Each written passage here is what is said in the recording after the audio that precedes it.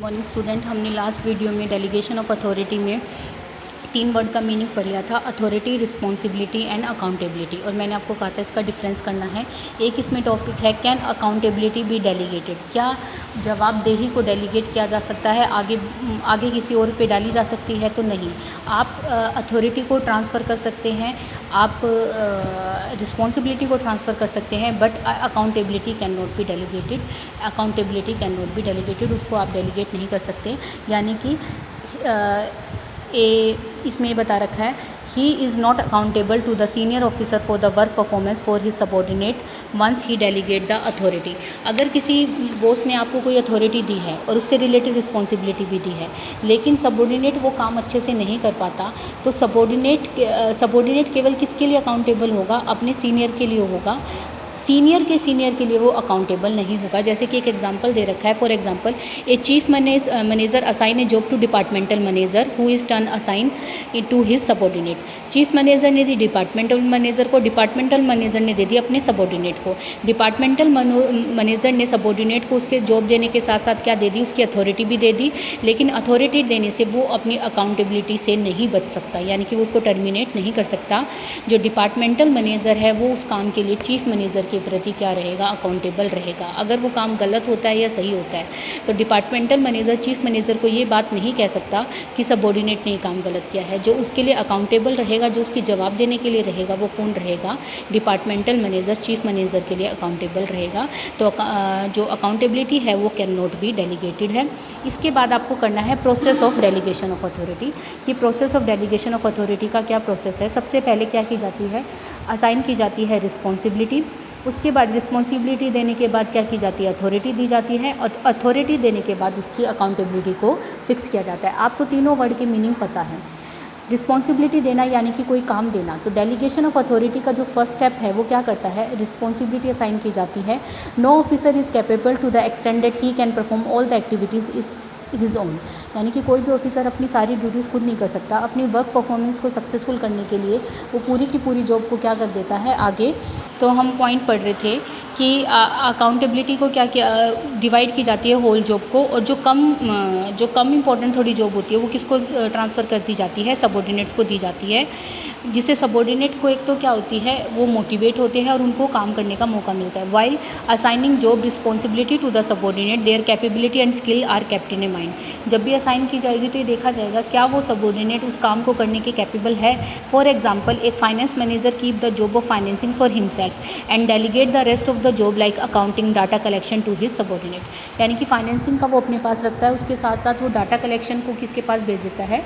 Subordinates के पास भेज देता है। उसके बाद सेकंड वन क्या है? Granting authority. तो काम के साथ हमने जो प्रिंसिपल पढ़ा था, वो क्या था?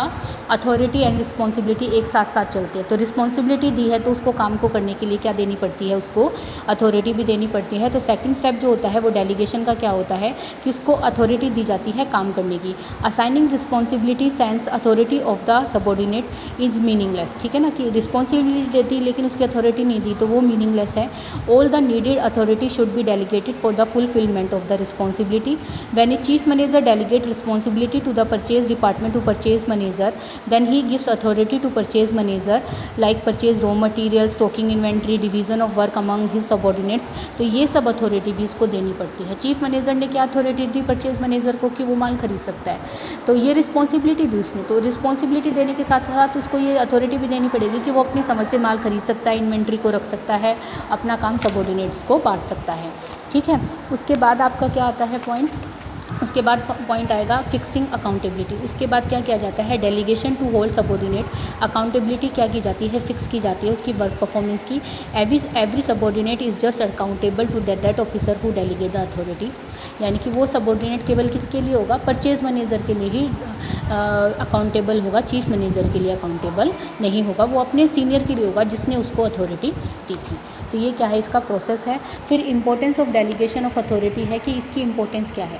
सबसे फर्स्ट तो है इफ़ेक्टिव मैनेजमेंट। इफ़ेक्टिव मैनेजमेंट क्यों ज़रूरी है? देखो, कोई भी व्यक्ति सारा काम खुद नहीं कर सकता, तो जो सीनियर मैनेजर है उनका वर्कलोड कम हो जाता है अगर वो अपने कुछ काम को क्या कर देते हैं? अपने सबॉर्डिनेट्स को क्या कर देते हैं? डेलीगेट कर देते हैं।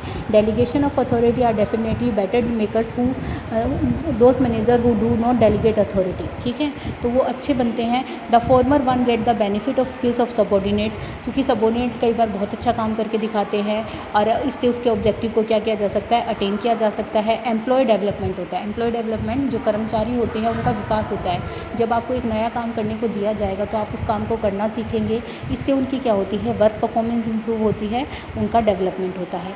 इससे एम्प्लॉयज़ क्या होते हैं, मोटिवेट होते हैं। ये तो आप समझ गए होंगे। जब भी किसी सबॉर्डिनेट को कुछ काम करने की रिस्पॉन्सिबिलिटी दी जाएगी, अथॉरिटी दी जाएगी, तो वो लोग अपने आप को क्या करते हैं, मोटिवेट महसूस करते हैं और वो इससे क्या होते हैं, मोटिवेट होते हैं।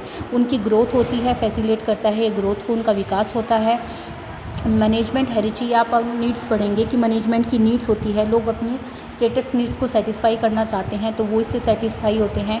उनके बीच बेटर कोऑर्डिनेशन होता है। कोई भी 4 पॉइंट आप लर्न कर लीजिएगा।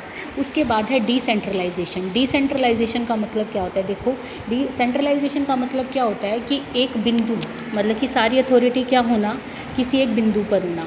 और डिसेंट्रलाइजेशन का मतलब क्या होता है कि डिसेंट्रलाइजेशन का मतलब होता है सभी अथॉरिटीज़ को क्या कर देना, चारों दिशाओं में बांट देना, ठीक है ना, उसको क्या कर देना, डिस्ट्रीब्यूट कर देना।